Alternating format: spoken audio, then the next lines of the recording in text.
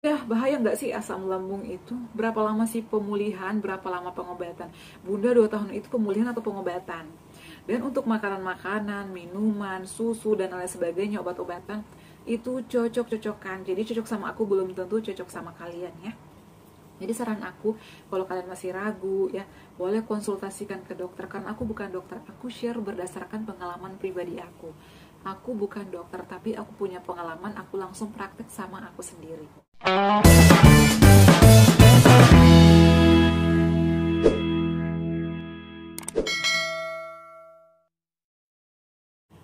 Assalamualaikum warahmatullahi wabarakatuh. Halo semuanya, kembali lagi di channel aku Adeva dan Bunda. Gimana kabarnya nih? Semoga semuanya sehat selalu ya. Teman-teman, di video kali ini senang sekali aku kembali menyapa kalian. Tentunya akan memberikan lagi beberapa tips ya, dan juga menjawab pertanyaan teman-teman semua. Jadi buat kalian saat ini yang masih berjuang melawan asam lambung, GERD, anxiety, tetap semangat ya. Dan banyak banget yang bertanya, Bun, pemulihannya berapa lama sih, penyembuhannya berapa lama sih ya. Jadi di video kali ini aku bakal sharing lagi, kira-kira aku berapa lama sih berjuang, dan kok lama banget sih penyembuhannya, kira-kira membutuhkan waktu berapa lama, dan tips-tips apa saja sih yang harus kita lakukan selama pemulihan ataupun pengobatan. Nah, dan buat kalian nih yang saat ini masih berjuang, tetap terapkan 3P-nya ya. 3P-nya adalah pola makan, pola pikir, pola hidup sehat ya. Tentunya juga harus menerapkan olahraga ringan secara teratur ya. Karena jika kita sudah menerapkan 3P-nya dan olahraga ringan, maka itu akan berangsur-angsur pulih ya. Dan tentunya pola makannya juga diperhatikan ya. Selain itu juga menu-menu makanannya. Ya, hindari dulu yang pedas-pedas, yang goreng-gorengan, yang lemak, yang gurih-gurih berlebih, kecut, asam ya. Jadi pilihlah buah-buahan, sayur-sayuran, dan makanan-makanan tentunya yang aman untuk pejuang asam lambung. Nah, dan teman-teman, banyak yang nanya saat ini, Bunda udah bisa makan apa aja? Alhamdulillah udah bisa makan apa aja, cuman aku tuh nggak bisa stres orangnya ya. Nggak bisa stres, nggak bisa panik. Kalau panik itu pasti aneh-aneh ya yang aku rasakan. Jadi memang aku nggak boleh telat makan juga. Kalau misalnya aku telat makan, mendingan sekalian puasa. Ya, seperti itu. Nah teman-teman, sebelum lanjut, di sini aku bakal kasih tau kalian, aku tuh sekarang lagi hobi banget, lagi senang banget ngemil ya. Jadi setiap saat itu aku ngemil, dan cemilan yang paling aku suka itu adalah saat ini itu adalah aku selalu bawa kemana-mana snack talk. Ini dari ya, snack talk ini enak banget, snack talk by Najla. Ini pernah viral loh beberapa waktu lalu, aku tuh sampai order 4, cuman yang satu lagi udah habis ya. Nah, ini udah habis karena bukan aku doang yang suka, anak aku, suami aku juga suka. Jadi aku itu wajib banget ngorder ya untuk cemilan di rumah. Ini juga harganya murah banget. Yang mau samaan ya, kalau misalnya kalian udah sembuh, tapi kalau misalnya masih pemulihan atau yang masih banyak sensasi, karena ini ada kandungan coklat ya, ada nutellanya, makanya bisa dihindari dulu ya. Yang udah sembuh aja yang boleh makan. Karena ini rasanya enak banget ya. Ada full cookies Nutella, ini aku udah nyobain ya, udah setengah. Karena memang enak banget. Kemudian ada Coco Crunch Nutella, ini favorit aku banget. Dan juga ada Cadbury, ini juga paling enak sih teman-teman ya. Aku pengen nyobain ya, karena memang ini enak banget. Aku suka banget Cadbury dan juga yang Coco Crunch Nutella. Bismillahirrahmanirrahim.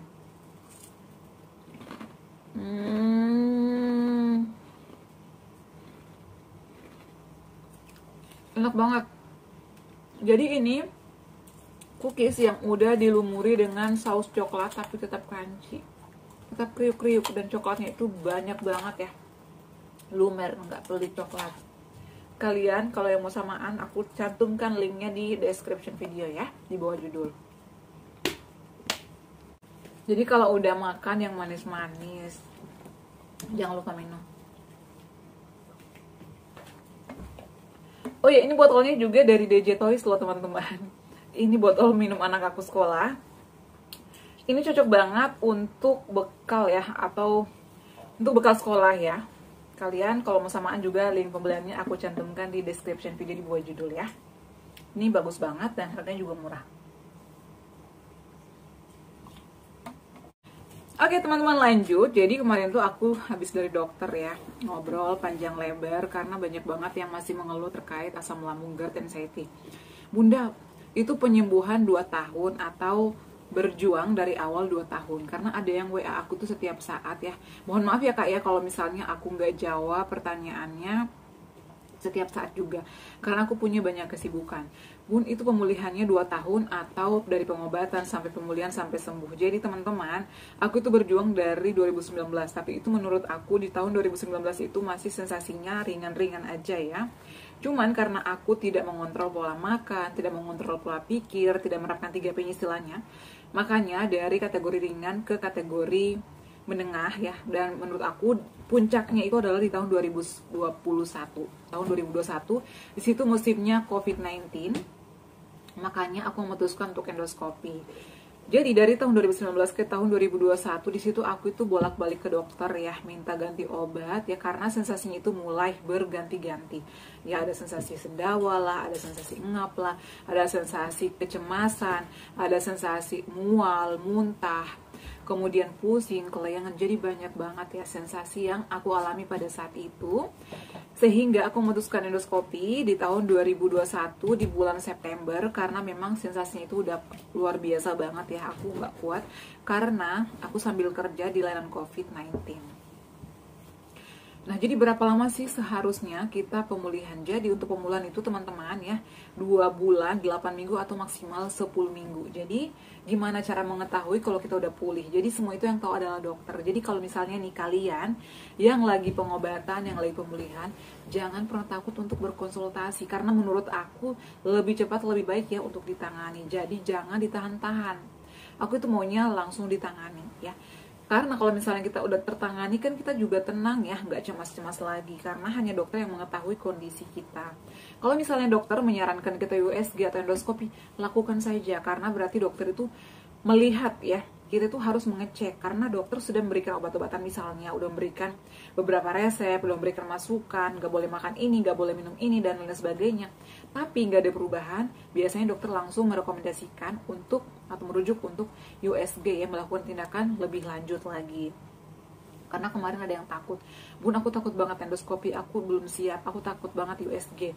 Menurut aku lakukan saja, karena itu adalah keputusan terbaik dari dokter. Tapi kalau misalnya kayak suami atau istrinya belum ngizinin, ya itu kembali lagi di pribadi masing-masing. Tapi kalau misalnya nanya aku nih teman-teman, aku oke aja, karena ya biar ditangani gitu, jangan disimpan-simpan.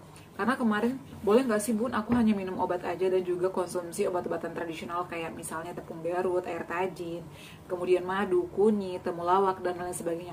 Ya boleh-boleh aja sih, menurut aku sih nggak masalah ya teman-teman ya.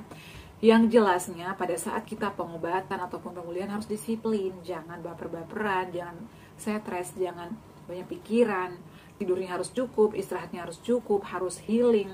Kemudian selain itu juga harus menerapkan olahraganya, istirahat yang cukup, jangan begadang, kemudian makanannya juga harus diperhatikan. Jangan mentang-mentang sensasinya ini udah tinggal dikit, dicoba lagi makan cabai, itu nanti bakalan muncul lagi. Jadi kenapa asam lambung itu susah banget sembuhnya? Karena kita itu kadang bandel. Dan berapa lama, bahaya nggak sih Bun? Ya menurut aku sih, kata dokter aku tuh nggak bahaya. Jadi asam lambung itu nggak bahaya, cuman itu mengganggu aktivitas kita. Dan kalau misalnya kita nggak pantang atau nggak disiplin, itu sensasinya makin jadi-jadi. Jadi dari kategori menengah ya, atau kategori ringan, menengah sampai kategori parah. Jadi kita harus waspada dan harus hati-hati. Perhatikan ya pola makannya, pola tidurnya, pola pikirnya. Dan untuk vitamin ya teman-teman, vitamin itu aman kok ya.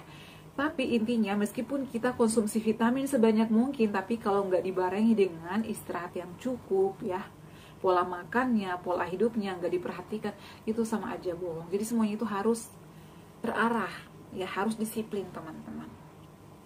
Jadi untuk pemulihannya aku jawab itu biasanya kalau kita udah melakukan tindakan seperti USG atau endoskopi 2 bulannya atau 8 minggu. Tapi kalau misalnya udah 8 minggu atau udah 2 bulan atau udah 10 minggu tapi kok nggak ada perubahan, biasanya dokter akan melakukan tindakan selanjutnya ya.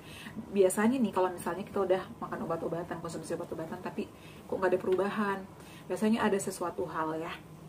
Bisa itu karena kita sering pikirannya susah dikontrol, kayak aku nih pada saat itu, aku itu udah nggak apa-apa kata dokter, jadi lambung itu ada sedikit radang ya, itu masih bisa diatasi. Cuman aku itu paniknya teman-teman, panik itu yang susah banget aku kendalikan. Jadi itu yang membuat aku lambat pemulihannya. Jadi kalau misalnya pola makannya udah dijaga, pola pikirnya, olahraganya, vitaminnya, istirahatnya udah semuanya, tapi kalau pikirannya masih tetap nyolek-nyolek atau masih tetap nggak bisa dikontrol, itu bakalan kambuh-kambuh terus sama kayak aku waktu itu ya.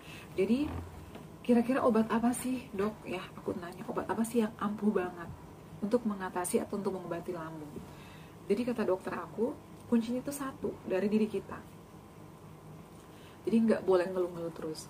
Jadi kalau kalian nih udah bertahun-tahun berjuang tapi nggak ada perubahan, nanti bakalan menemukan obatnya. Kenapa kita masih belum sembuh juga, padahal udah bertahun-tahun ya, padahal udah lama berjuang, karena kita belum menemukan obat yang tepat ya, belum menemukan solusi yang tepat ya. Banyak motivator yang udah sembuh, banyak motivator di YouTube, sosial media yang lainnya, mereka tuh udah sembuh, dan itu nggak instan, butuh waktu juga ya, butuh waktu, butuh perjuangan, butuh tenaga, butuh air mata. Kita tuh sudah melewati semua itu ya. Sensasi ya, 1001 sensasi sudah kami alami. Makanya aku dan teman-teman yang lainnya berani sharing, berani memberikan motivasi, berani memberikan tips-tips, karena kita tuh melakukannya berdasarkan pengalaman pribadi. Oke, mungkin kita nggak ada basic dokter, nggak ada basic kesehatan ya, atau nggak ada ilmu kesehatan, tapi kita tuh punya pengalamannya dan kita praktekkan sendiri. Makanya teman-teman yang saat ini jangan ngeluh-ngeluh terus ya. Jadi kalau misalnya kita makin ngeluh, makin banyak sensasi. Jadi dijalani aja ya, gak usah ngeluh-ngeluh, gak usah stres. Makan gak usah milih-milih ya, makan aja, yang penting kita kenyang, perut kita terisi, gak melilit, gak perih.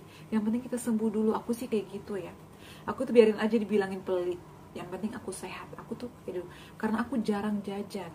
Aku tuh semua makanan cemilan aku buat sendiri. Jadi buat kalian yang mager-mageran, ayo bangkit, gak boleh mager-mageran. Kalau bingung mau ngambil apa lagi nih, buat sendiri di rumah. Cari video-video aku tuh banyak ya, yang aman buat kita.